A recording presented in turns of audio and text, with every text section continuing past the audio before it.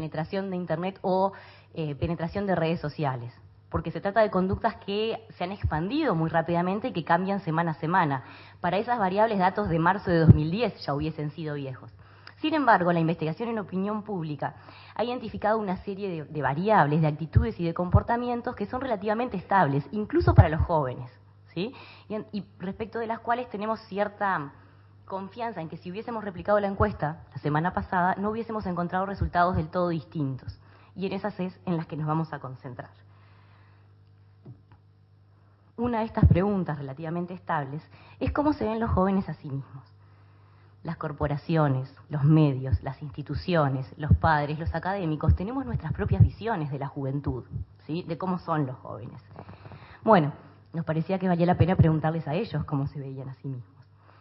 Creíamos, ¿sí?, desde el proyecto, que la experiencia de recoger la voz de los propios jóvenes en relación a cómo se ven a ellos, justamente nos iba a ayudar a entender mejor dónde están parados, hacia dónde van los jóvenes de nuestro país.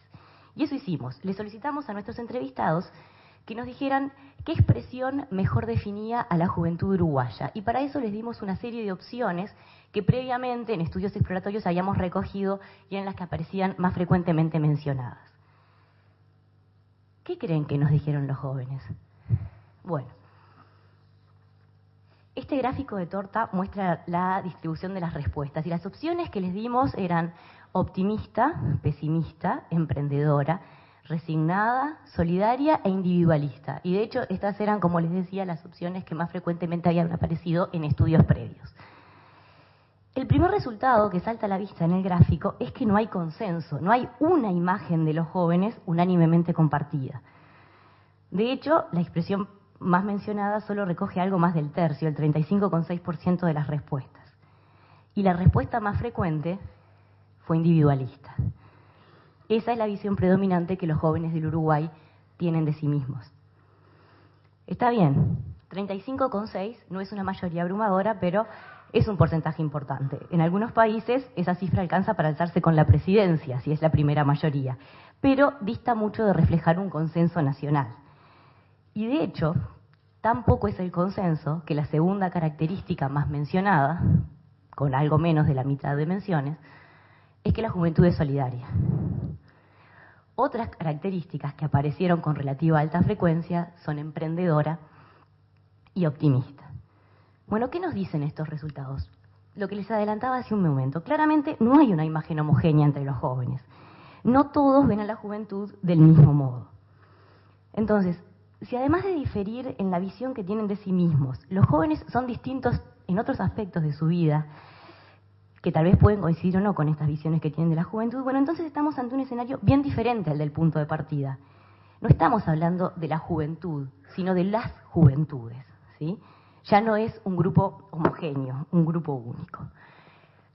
Para tratar de identificar estas posibles distintas juventudes, buscamos si las diferentes visiones de los jóvenes coincidían con otras características, de modo que se pudieran conformar o identificar más bien grupos de jóvenes que fuesen parecidos entre sí.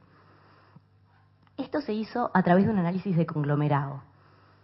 ¿Qué es el análisis de conglomerado? Bueno, es un procedimiento estadístico de análisis multivariado de datos. En criollo implica analizar varias características de los jóvenes al mismo tiempo y ver cómo se interrelacionan. ¿Qué atributos van juntos en todos los casos o en casi todos los casos? Así, por medio de técnicas estadísticas, se pueden formar perfiles, ¿sí?, con grupos de individuos que se parecen en algunas características y que justamente ese parecido que tienen esas características los hace distintos de los demás grupos. Y las variables que exploramos a la hora de conformar estos grupos fueron varias.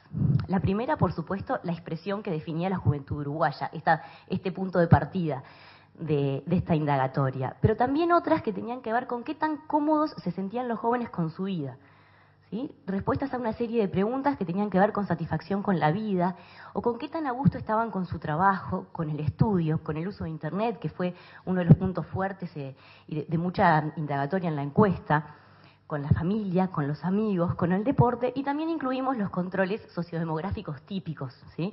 Edad, sexo, nivel educativo, situación laboral y nivel socioeconómico. Bueno, ¿qué encontramos? Encontramos 4 grandes grupos, ¿sí? En función de cómo se parecían los individuos en estas variables, se formaron estos 4 grupos. Ahora bien, el análisis estadístico nos muestra que hay 4 grupos que se parecen por cómo se distribuyen los datos, pero toca a los analistas hacer la interpretación de qué significan esos grupos, ¿sí? La etiqueta de los grupos, la lectura, la interpretación de los datos queda en nuestras manos. Y así, atendiendo a las características predominantes de cada uno de estos grupos, los etiquetamos del siguiente modo. Tenemos por un lado a los hedonistas, ¿sí? Son casi un quinto de los encuestados, el 21%, un poco más del quinto.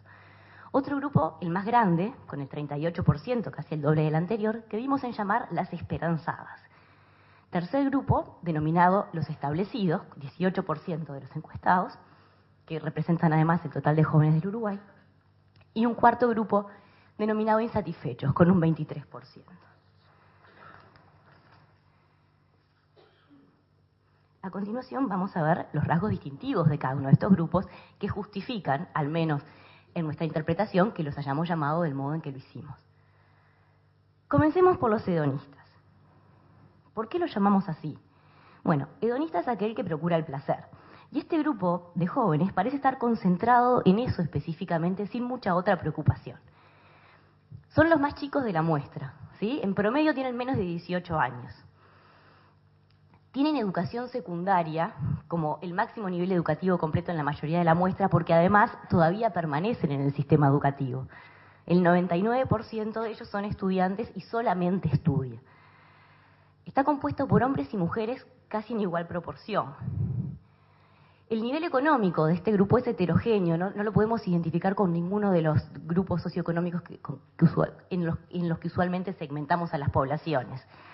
Entre ellos predomina claramente la visión individualista de la juventud. Se sienten más a gusto con sus amigos, con el deporte y con Internet que el promedio de los encuestados, pero menos a gusto con el trabajo, la familia y el estudio. Estos son los que inspiran los comentarios del tipo: la juventud está perdida y no sabe a dónde va. No tienen grandes preocupaciones, solo se ocupan de sí mismos, de lo trivial, de lo accesorio. Y ven, por tanto, al resto de los jóvenes cómo se ven a sí mismos, ¿sí? Este es el primer grupo que, en función de estas características, identificamos entonces entre los jóvenes. Pero vayamos al siguiente. Las esperanzadas. Es el grupo más grande, con el mayor promedio de edad, 23 años y un poquito más es la media. Conformado por individuos que trabajan y estudian, ¿sí? Pero el 80% trabaja o exclusivamente o en combinación con el estudio, una diferencia muy marcada en relación al grupo anterior. Con educación secundaria y algo de universitaria, en este grupo hay un claro predominio de mujeres y por eso lo hemos titulado las esperanzadas y no los esperanzados. El 78% de este grupo son mujeres, de nivel económico medio y medio bajo. Está bien, entre ellas hay visión individualista y cabía así esperarlo porque eso es lo que predomina en el conjunto de la muestra, pero también aparece muy fuertemente esta idea de la juventud como emprendedora y como optimista. Y de ahí surge en algún sentido también el nombre, esta etiqueta de esperanzadas. Están más a gusto con el trabajo, el estudio y los amigos que el promedio, y menos a gusto con Internet, la familia y los deportes. Pero adicionalmente están más satisfechas con su vida que el promedio de los encuestados. Son el grupo de mujeres jóvenes que meten, que luchan, que están satisfechas con dimensiones de su vida más vinculadas a mayor responsabilidad, como trabajo y estudio, ¿sí? Pero al mismo tiempo están más conformes con su vida en general. Un perfil claramente, marcadamente distinto del que acabábamos de ver en el grupo de los más jóvenes, de los hedonistas. Vayamos al tercero. Aquí tenemos el grupo de jóvenes que por sus comportamientos y actitudes está más cerca de la adultez, ¿sí? Y si se quieren, las antípodas de los hedonistas. Están en el promedio de edad de la muestra, trabajan y estudian, pero marcadamente más orientados hacia el trabajo. Tienen educación secundaria, también hay algo de educación universitaria. También en este grupo hay casi hombres y mujeres por igual, con algo de predominio de las mujeres. Su nivel económico es medio alto, ¿sí? Son el grupo en el que se distingue un nivel económico más alto del resto de los demás. Entre ellos no hay una visión compartida de la juventud, sino que hay visiones divididas. Individualista, por un lado, el 30%, y casi un porcentaje igual cree que la característica que mejor define a la juventud del Uruguay es solidaria. Y hay un casi 20% adicional que la definiría como emprendedora. No comparten una visión de los jóvenes. En este grupo, además, se encuentran los individuos que están más a gusto que el promedio en todas las dimensiones por las que preguntábamos. Son los que están más a gusto con el trabajo, con el estudio, con los amigos, con la familia, con internet y con el deporte. Y además también están más satisfechos con su vida que el promedio. ¿Sí? Muchos ya salieron del sistema educativo, están asentados y en general se sienten bien consigo mismos. Son los que diríamos, o dirían los abuelos, ya están encaminados. ¿Sí? Bien, vayamos al último grupo, que es además el que está comparativamente peor. Otra vez, la edad es la edad promedio, pero se trata de individuos que trabajan exclusivamente. Ya han salido del sistema educativo, 8 de cada 10 solo trabajan.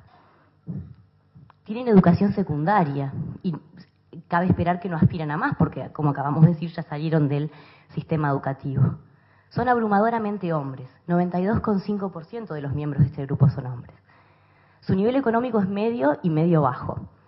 Entre ellos predomina claramente una visión individualista de la juventud del Uruguay, y son los que están, a diferencia de los establecidos, menos a gusto con trabajo, estudio, amigos, familia, internet y deporte que el promedio, y consecuentemente están menos satisfechos con su vida que el promedio. Son poco educados para su edad, ya salieron del sistema educativo, son de nivel económico medio y medio bajo, y ven a los jóvenes como individualistas. Ciertamente no esperan que sus pares les vengan a tender una mano para salir de su situación.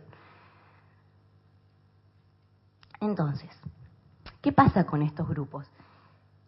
Estos son los perfiles que identificamos en función de los datos que relevamos en la encuesta. ¿Qué nos dicen acerca de las encrucijadas que enfrentan los jóvenes hoy? Bueno, en primer lugar nos dicen que la situación es compleja. Eso de que todos somos distintos se hace evidente en el análisis.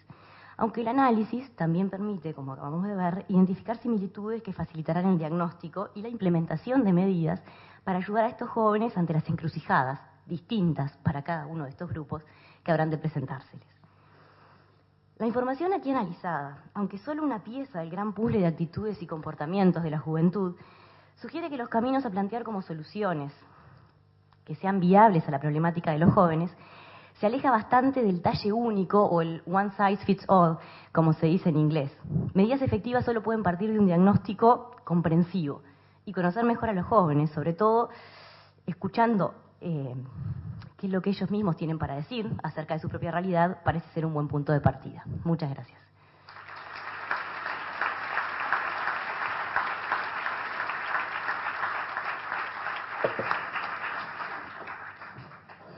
Agradecemos a la doctora Boidi y damos paso a la doctora Alicia Fernández, investigadora de nuestro Centro de Ciencias Biomédicas, con la presentación Un entorno violento. El estudio que mencionará en su presentación recibió el Premio Ministerio de Salud Pública 2009, es doctora en Medicina, pediatra y especialista en cuidados intensivos de niños, magíster en Urgencia y Cuidados Críticos, y es presidente de la Sociedad Uruguaya de Pediatría.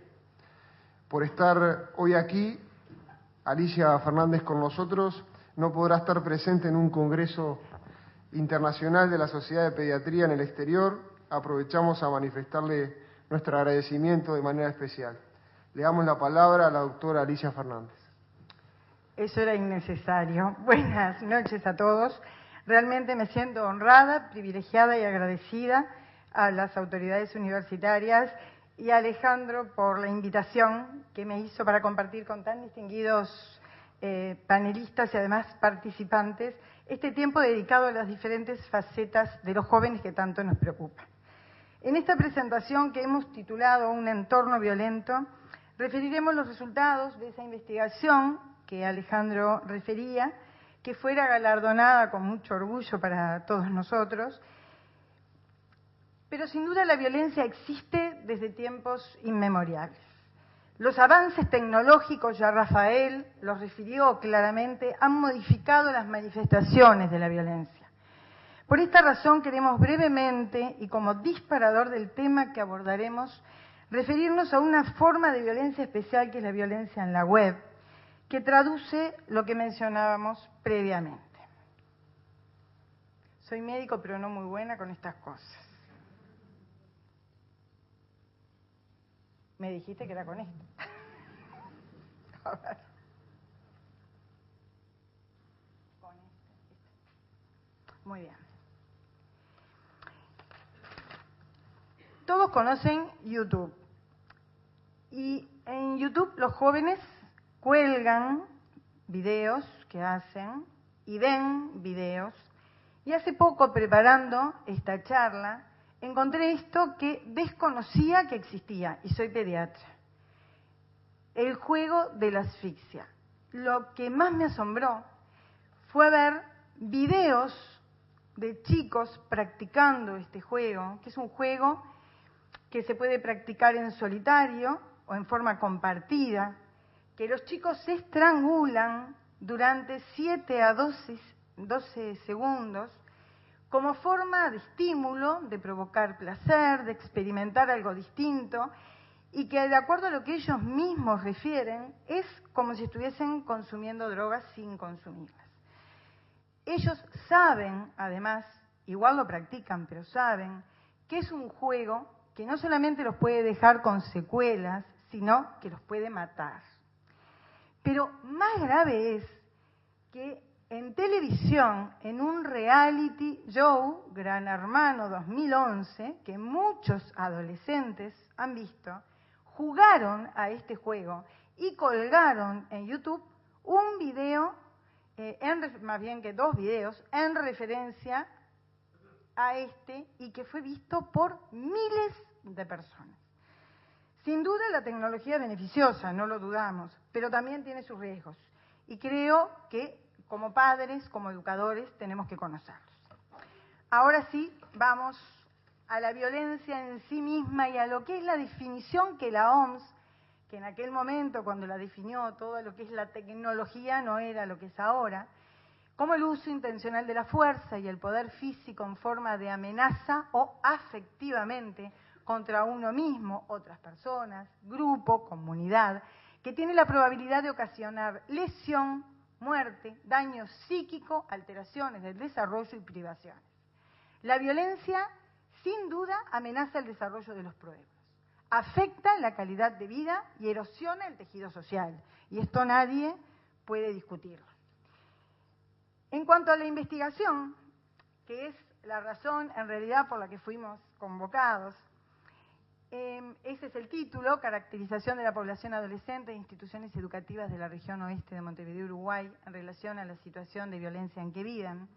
Fue llevada a cabo por un grupo de investigadores vinculado a diferentes facultades que forman nuestra universidad, Humanidades, Ciencias Empresariales y Economía y el Centro de Ciencias Biomédicas. Por razones de tiempo vamos a mostrar los resultados que creemos más relevantes y contrariamente a lo que uno hace cuando publica, los resultados van a ir acompañados de comentarios para hacerlo más breve.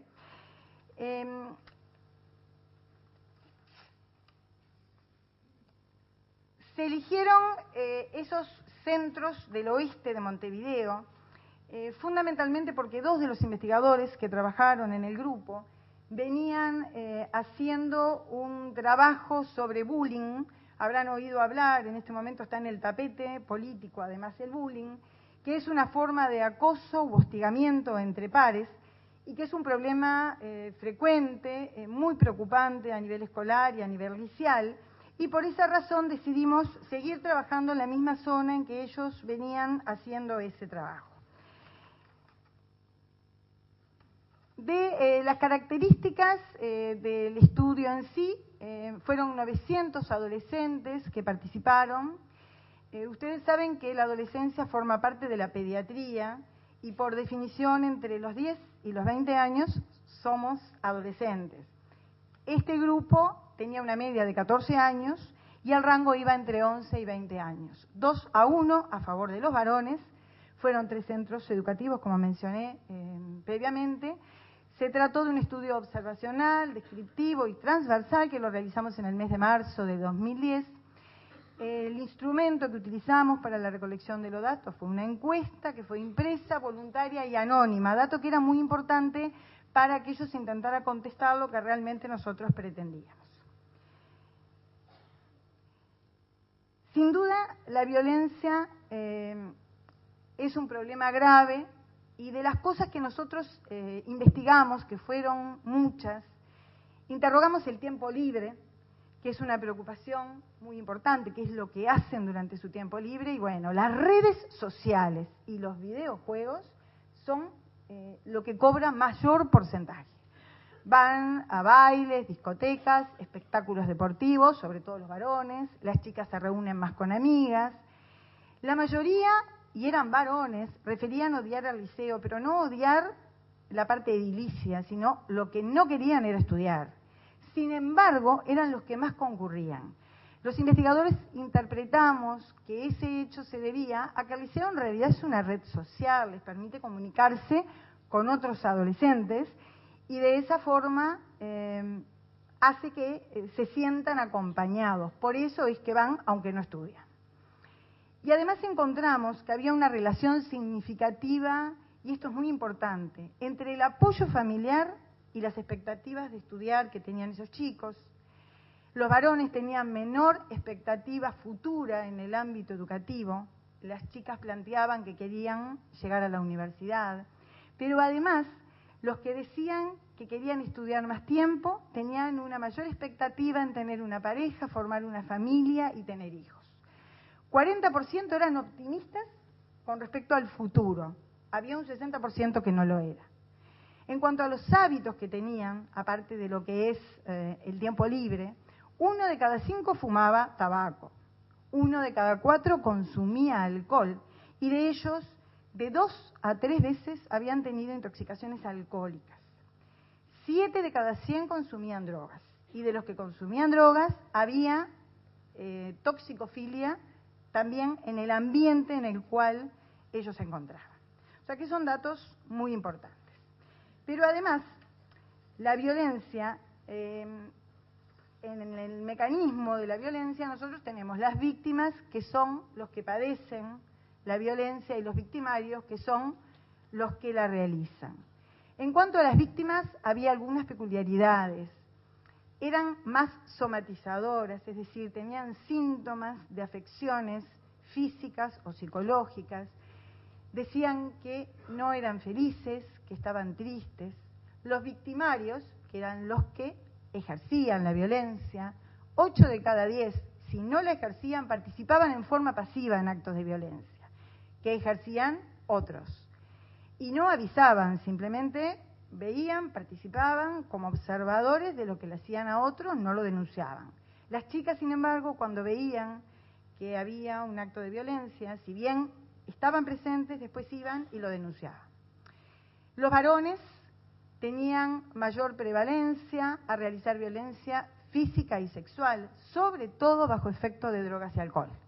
Las niñas habitualmente lo que hacían era ejercer violencia psicológica. Estigmatizaban a una chica, esa es una forma de bullying, entonces la hostigaban en el grupo y eso llevaba a una alteración, somatización, infelicidad y tristeza de la víctima de esa situación. Pero tenían comunes denominadores. Todos tenían repetición liceal y escolar. Todos consumían alcohol y droga. Estamos hablando tanto de las víctimas como de los victimarios. También había algunos que decían que nunca ni habían ejercido ni habían sido víctimas de violencia. Y la forma en que ejercían esa violencia o la sufrían era la psicológica en primer lugar. O sea que el bullying cobra jerarquía dentro de las formas de violencia entre los jóvenes. Seguida por la violencia física, después la tecnológica, lo que se llama ciberbullying o el sexting. O sea, el ciberbullying es acosarlos y hostigarlos a través de la web.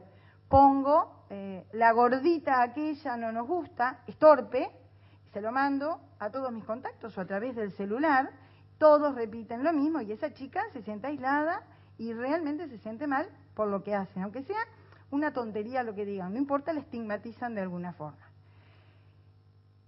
El sexting que es otro problema que se está viendo también, es el enviar mensajes con connotación sexual a través de los teléfonos celulares o de la web. Ese es otro problema. La última de las violencias en este grupo era la que menos ellos destacaron, la violencia sexual, pero muchas veces tienen miedo de decirlo, y por más que era anónima la encuesta, tal vez hubiese más de los que realmente la declaraban. No hay que olvidarse además que la violencia se padece en silencio y no se dice por temor muchas veces a que el agresor tome alguna conducta contra la persona que habla de que lo agredió. ¿Cuáles fueron los factores de riesgo que nosotros encontramos en este grupo? La edad. Había un corte a los 13 años. Los menores de 13 años generalmente eran, digamos que más inocentes, sobre todo eran víctimas de violencia física en los hogares, era lo que ellos decían, o entre sus compañeros, entre sus pares, también de violencia psicológica. Pero los mayores de 13 años y sobre todo los mayores de 15 años ejercían violencia psicológica, tecnológica, violencia sexual y física con mayor frecuencia. El sexo predominaban francamente en las víctimas las mujeres y en los victimarios los varones. En este grupo poblacional, no quiere decir que ser varón sea riesgo para ser victimario, ¿no? Y para ejercer violencia, pero bueno, en este grupo se demostró así. La familia disfuncional cobró jerarquía, y no estamos hablando del matrimonio como un contrato entre dos partes, o puede haber un matrimonio y ser igual una familia disfuncional. Acá nos referimos a padres no contenedores, a familias uniparentales en que la mamá, que generalmente eran mujeres las que estaban en el hogar, tenían que dejar a sus hijos porque iban a trabajar y estos chicos estaban solos la mayoría del tiempo. No cabe duda que el matrimonio es un bien social, pero en este caso nos referimos en forma global a los aspectos de las familias disfuncionales, porque a veces quedaban con las abuelas o vivían con las abuelas y podían ser familias contenedoras. En este caso vimos que ese era un factor de riesgo. En nivel socioeconómico, la violencia no respeta clases sociales. Lo que sí hay es una diferencia entre lo que es la forma de violencia en los más pobres y en los que son de nivel mayor. Los más pobres sufren violencia física, sobre todo, y lo digo además como pediatra. Sufren violencia física, el maltrato se ve muy frecuentemente. El nivel más alto, como acceden a la tecnología con mucha más facilidad, acceden a formas de violencia que son la forma de violencia tecnológica. Pero todas las formas de violencia se ven en todas las clases sociales. Y en esa escala, primero la psicológica, después la física, después la tecnológica y después la sexual. En cuanto al alcohol y la droga, no vamos a volver a hablar, son dos factores de riesgo, tanto para la víctima como para el victimario. La situación de calle, el estar fuera del hogar, la falta de lugares de esparcimiento, estar en lugares donde no pueden hacer ejercicio, no pueden desahogarse de esta forma, se juntan en grupos, forman pandillas, eso se ve acá y en todas partes del mundo, y bueno, eso favorece que tengan conductas que no son adecuadas. Como el botellón en España, por ejemplo, se juntan en plazas, se hacen cosas que no están bien. ¿Por qué los adolescentes se ven frecuentemente involucrados en actos de violencia? La adolescencia es una etapa de cambios, de desajustes transitorios, de la conducta, de inestabilidad emocional. Es una etapa de riesgo, todos fuimos adolescentes. Los adolescentes asumimos riesgos. Lo que pasa es que en el momento que estamos viviendo la adolescencia no pensamos en las consecuencias de esas conductas que tenemos. ¿Eso es patológico? No, no es patológico, es normal. Pero ¿cuándo se transforma en anormal? Cuando afecta al entorno familiar, al propio adolescente o a terceras personas. En ese caso, obviamente, que deja de ser una conducta de un adolescente normal y empieza a preocupar, tiene que preocupar a la familia, a los educadores y hacer las consultas pertinentes para saber qué es lo que está pasando. ¿Cuáles son las consecuencias de la violencia? De algunas ya hablamos, los problemas de salud física. El bullying no es solamente el hostigamiento verbal, puede haber lesiones físicas, el aislamiento, la desesperanza, la depresión, la búsqueda de soluciones